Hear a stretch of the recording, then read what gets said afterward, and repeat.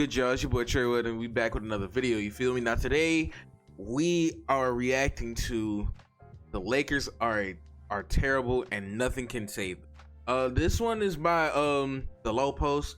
If y'all follow him, if y'all if some of y'all follow basketball YouTubers, I follow a few basketball YouTubers because I am a basketball fan, and Low, yeah, he is a Lakers fan. I'm not a Lakers fan. I know I have people that I'm friends with people that are Lakers fans. And seeing this, I was like, you know what? Cause I ain't been hearing much about the Lakers lately. And we don't know what's finna happen with LeBron after this season. I'm not necessarily sure. I haven't really been watching basketball like that. I've been trying to tune in every now and then. I'm trying to get back in my basketball bag. But I don't play basketball at all, which is the crazy part about it. I feel like I don't. Yeah, you would never see me on the basketball court, but I love to talk about basketball. I really love basketball. But yeah, man, we finna get into it. Original video will always be in the description below. And with that being said, let's get into it.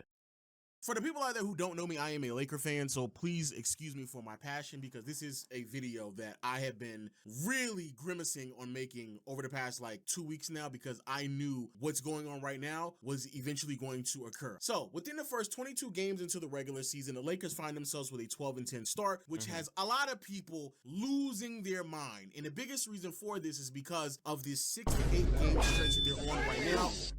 For the love of God! Please! Damn! Damn. Okay. The Suns. Okay. Thunder. Okay. Damn. They only won 2 games. Damn. What the fuck? Damn.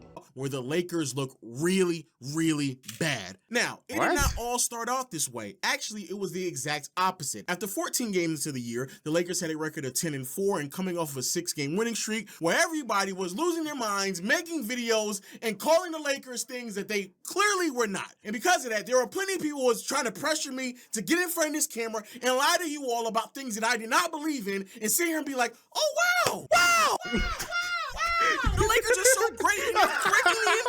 Nah, this man Low is funny, bro. Yeah, oh my goodness. This man Low is Even funny. though the Lakers looked really, really good early on, one of the best offenses in the NBA, AD looked amazing, Dalton Connect was a steal in the draft, and everything was clicking and working right with the Lakers, more or less. I still was able to see the realness in the BS and being able to weed out the real and the fake. And it was a lot of phony baloney stuff going on with the Lakers, in large part because the schedule was weak. The Lakers were beating up on really bad teams. And kudos to them for winning games that they're supposed to win, but I knew that the real test wasn't going to start until they started to match up with some of these better teams. And now that they have, it's looking really, really bad. Because now in these last 8 games, the Lakers are 2-6, I believe a bottom 5 offense, bottom 3 defense, net rating of -15, which in essence means that the Lakers are not only losing games, they're getting mollywopped. It's nasty, disgusting. They lost to the Denver Nuggets by 25 points. They lost to the Phoenix Suns by 27 points. They lost to the Minnesota Timberwolves by 29 points. And they just lost to a 500 Miami Heat team in embarrassing fashion. A 41-point blowout.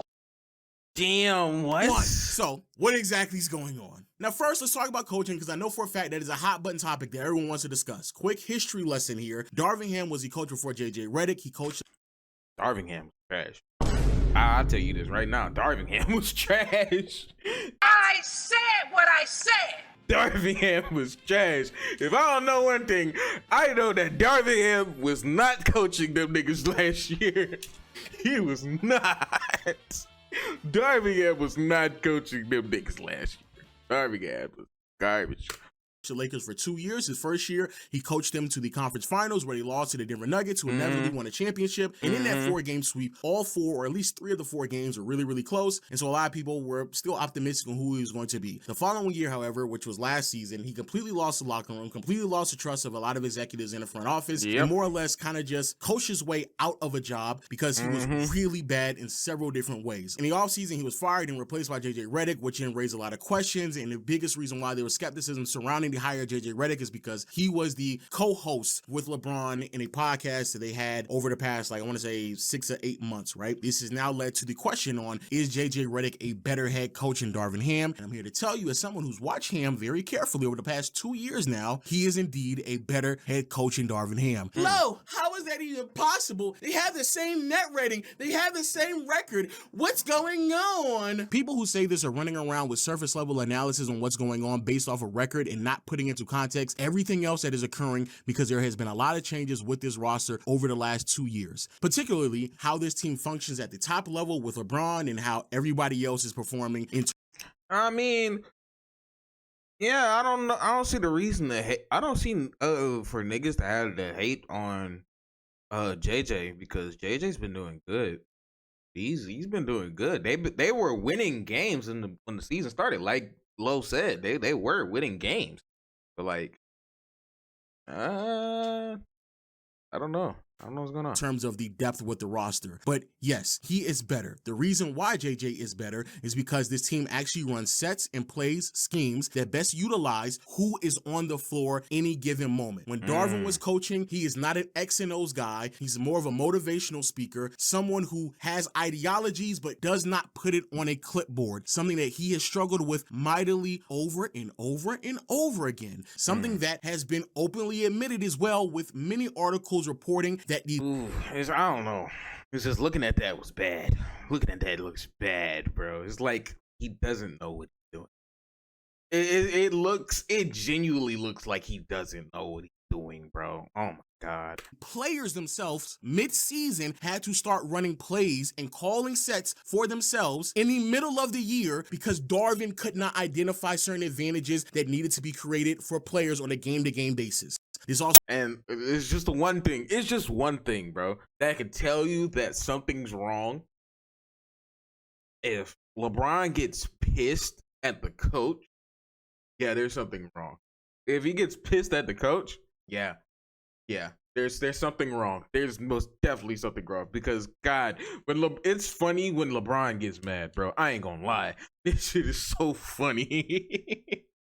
It looks scary. Honestly, in person, that would be scary. That would be terrifying. But seeing that from the screen, that just looks so funny, bro. also didn't take into consideration the timeouts, the poor rotations, the decisions when it comes to the lineups that left the Lakers throughout a stretch of the year last season with LeBron at point, Cam Reddish, Jared Vanderbilt, Anthony Davis, and Taurean Prince as a starting five. That's how bad Darvin Ham was. Now, does this mean that JJ Redick is a perfect head coach? Absolutely not. My two biggest gripes with him is A, he was pushing ideology on a team that did not best fit it. The biggest example of this is how Redick kept pushing this idea of just shooting more and more and more threes when the roster didn't have the personnel to best utilize that philosophy. I understand the concept. 3-point shooting, maximizing the analytic era of basketball, all makes sense, but these players, especially like Rui, for example, you'd be better off utilizing him as a post scorer, especially coming off the bench potentially, but making him just shoot threes doesn't really maximize who he is as an individual. Yeah, that's not Rui's thing. I mean, he could do it. He could shoot, but it's not consistent, bro. It's not consistent. He's better off in the post. Yeah, get that man to do some post moves. Get him in the paint, yeah. Get him in, probably even get him in a mid range, bro. Yeah. That seems more his style. But if you need somebody to shoot, and there's really nobody there, and the 3-point is open, and he's there, and he's open, let him take a shot. Player. Same thing can be said about like LeBron and AD shooting more threes. I just never really believed in that. And my second problem with JJ Redick is on the defensive side of the floor, he is switching way too often. Anthony Davis is the only player on this team that is 6'10" or taller that plays in these consistent minutes, and having him roam around or switch on the perimeter basically leaves you vulnerable consistently when it comes to attacking the basket from the opposing side. So those are my two biggest gripes with him. But with all that being said, JJ Redick doesn't have to be a perfect head coach, nor a top 5 head coach, or even above average head coach to be a better coach than Darvin Ham, because that's how bad Darvin was. For those who are going to sit here and tell me, well, they have the same record. Well, he led them to the conference finals. A big reason why is because the roster was significantly better 2 years ago than it is today. When Ham was coaching that team to the conference finals, and I use that terminology very loosely, coaching that team to the conference finals, the top 8 rotational players in that postseason run 2 years ago was LeBron, AD, Reeves, D'Lo, Rui. Then you had Dennis Schroeder, Jared Vanderbilt, and Lonnie Walker. Now, fast forward to where we are today, and the top 8 rotational players are LeBron, AD, Reeves, D'Lo, Rui, and then after that, it is some combination of either Dalton Connect, Cam Reddish, and depending on the day, either Max Christie or Gabe Vincent. So yeah, that is a completely different roster. There are more willing and capable defenders on that roster. The bench was just significantly deeper. And on top of that, there is a better version of LeBron on that roster than we had early on to start this season. Well, Lo, doesn't that mean there's a front office problem? Why are you trying to get rid of the coach? I hate this argument because people act as if like two things can't be true. Any fan of the Lakers, they have told you that it's been both issues. Laker fans have been yelling at the top of their lungs for the team to trade D'Angelo Russell as soon as possible because we all knew that. I know a couple of niggas.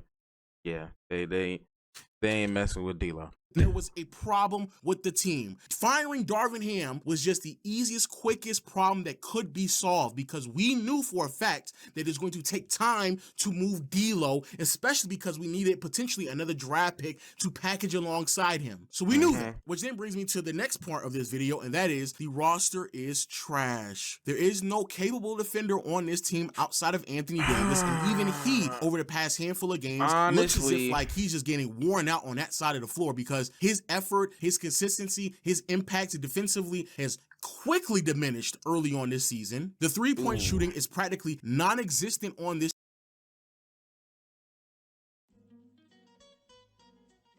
34%. 33. 11. I ain't gonna lie. Well, hold on. I'm gonna be honest. I am a casual. I try. I really try. I really try. Like, I can understand the 3-point percentage. I can understand the 3-point attempts. It's like when it comes, I'm just a casual. Throw tomatoes at me if you want. I'm trying my best. I know. Yeah, maybe this video wasn't a good idea. I don't know. But I mean, I get it though. I get it. 5% from behind the arc. That's what they're averaging. They don't have any athletes at all, especially when you remove AD and LeBron from that conversation. And there's too much redundancy with players on the team, in particular D'Lo and Austin Reeves. Of course, we're all still waiting as Laker fans. We're waiting on Vanderbilt to come back to provide some of that defensive intangibles, provide some of that athleticism, provide some of that energy that we all know that he can bring. But we shouldn't be holding our breath hoping for one player. There has to be adjustments made for this team immediately. So the roster is bad, and I was never ever going to believe that this roster was good when we were beating up on bad teams and had to score 115 and 120 points to win those games early on this year, because that's what the Lakers were doing. The Lakers had to go out there and have all-time great offensive runs for us to beat up on middling sub 500 Eastern Conference teams while we were home. That's what we had to do. And that kind of leads us to the big elephant in the room now. Anthony Davis and LeBron James. Some of y'all thought that I probably wasn't going to talk about neither one of them, but here we are. AD and LeBron for the last 7 to 10 games have been hot garbage. Both of them. I don't give a damn about what LeBron just did last night against the Miami Heat in a 40-point blowout. The 10 games before that is some of the worst basketball you've ever seen LeBron play at any point of. Yeah, honestly, when it comes to losing, you could do something crazy. LeBron could do something crazy, but at the end of the day, that doesn't make up for how you played, bro. Yeah, well, I mean, losing or winning, bro, it doesn't really make up for how you played. You played like ass. Like that goes for me for like what in 2K. Honestly, yeah, we won, but I played like ass. Yeah, we lost. We lost, and I played like ass. I'll admit this shit. What? Of his career. Point blank period. Point blank period. Some of the worst basketball we have ever seen from LeBron. Now, some of y'all may believe that it's being hyperbolic, but this is what LeBron was doing in the last 10 games. Damn. 19. I don't know who this man is. No, that's not LeBron. Yo, no, that's not LeBron. What the fuck? While turning the ball over 5 times a game, shooting sub 44% from the field, 21 to 22% from behind the arc, 68% from the free throw line, and the true shooting percentage that was below 50%. LeBron, the only good percentage was the free throw.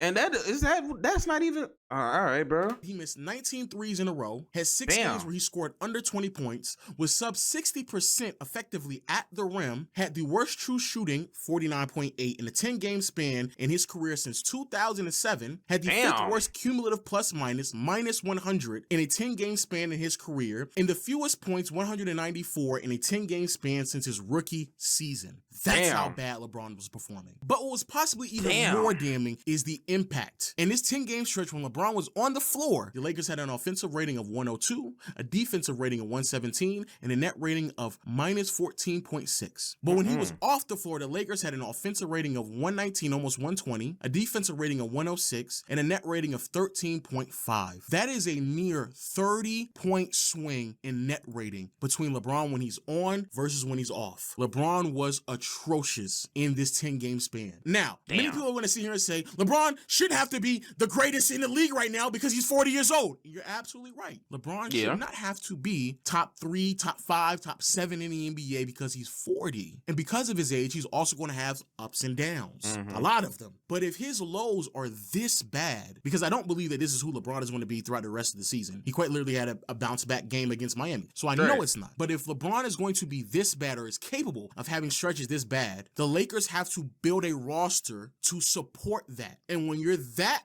bad, you can't support that. You have to replace it. This is not me making a claim that the Lakers need to trade LeBron, rather than making a trade to replace him as the second best player on the team, at least on any given night. So when people ask the question, what should the Lakers trade for? Initially, I believe that, hey, if LeBron and AD can play at a certain level, all we need is complementary pieces. All we need is supporting pieces. But if LeBron is capable of playing this bad for a 10-game stretch, the question shouldn't be, who should we get to support them? Laker Nation and the rest of the NBA world needs to get on the same page that the Lakers need to start looking for who's going to replace him. That's what the Lakers need to do. Now, originally, the conversation of who's going to replace LeBron on the Lakers was supposed to be Anthony Davis. And to be fair to AD, for most of the season, he has been amazing. But when AD also has a terrible stretch like he's having right now, it really does beg the question, what really is the ceiling for this team? For those who don't know, in the last 7 games, Anthony Davis is averaging 18 points, 11 rebounds, 5 assists with nearly 2 blocks, but shooting splits of 43, 15, and 77. In this 7-game span, AD has had 5 games under 20 points. Last night couldn't even score 10, and just in the wait. Last night,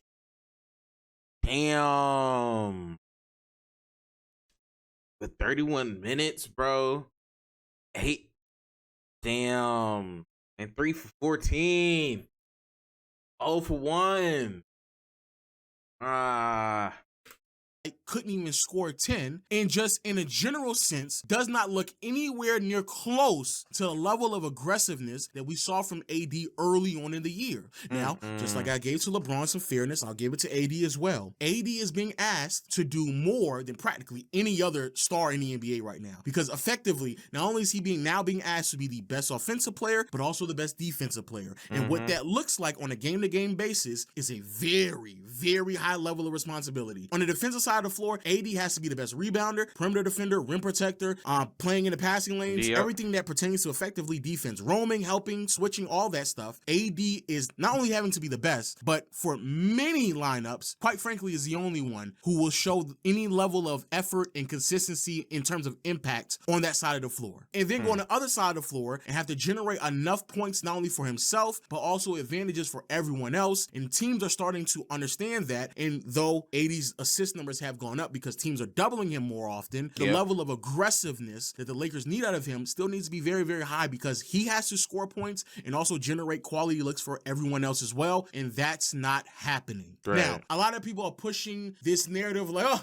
he's disappearing in the fourth. And in some instances, I do believe that AD should be more aggressive, without a doubt. But the truth of the matter is, bro, I've already accepted this. AD is who he is. He's just not the same shot creator. He's not the same generator of offense offenses like a Jokic, like a Giannis, like an Embiid, like majority of the players in the top 10. I do believe that AD is still a top 10 player without a doubt. I do believe AD can be the best player on a championship team, but the way that that roster has to be constructed, he has to have a legit offensive engine and weapon alongside him to complement who he is as a player to best maximize not only who he's going to be, but also maximize the rest of the roster as well. And unfortunately, LeBron cannot be that anymore because he's 40, dog. He's 40. Yeah. And so when advantages aren't being created for Anthony Davis consistently, especially coming off a pick and roll and putting pressure on the basket from a ball handling perspective, you can have stretches where it looks this bad. I'm not excusing it because there's certain games in this run where AD should without a doubt be better than what he's performing. Last night against Miami, he 8 points is unexcusable. Doesn't make any sense at all. He is a star that has to have a very uniquely built roster around him. But if a high level player cannot be provided to this team, then there needs to be real conversations on if the window is closed.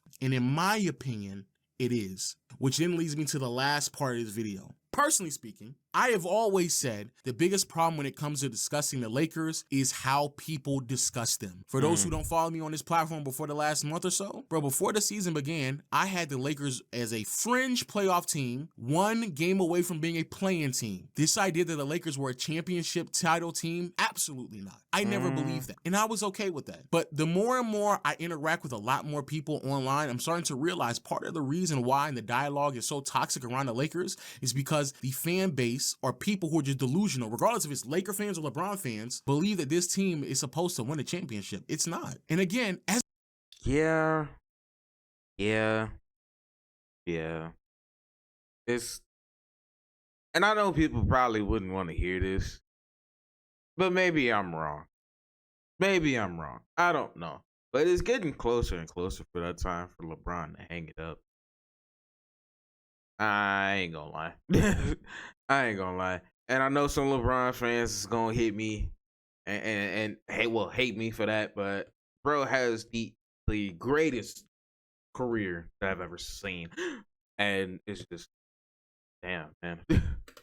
As a Laker fan, I'm okay with that. So as a fan, when I'm watching, my expectations have already been curved to what reality is. And the reality is, bro, this team is not good enough. It's fun to praise Anthony Davis, watch Austin Reeves progress, be surprised by Dalton Connect, and wonder what they're going to get for D'Angelo Russell. But what I don't have in mind is a championship because I know that's not where this team is at. And that's the truth. Those are my thoughts. A long video more than likely, but I still had to get this off my chest. As a Laker fan, I'm just frustrated watching them lose in the fashion in which they are losing in, but I'm also not going to be delusional like many other people are. I'm just not. Let me know your thoughts in the comment section below. Hit the subscribe button, notification bell, and until next time, I'll see you all later.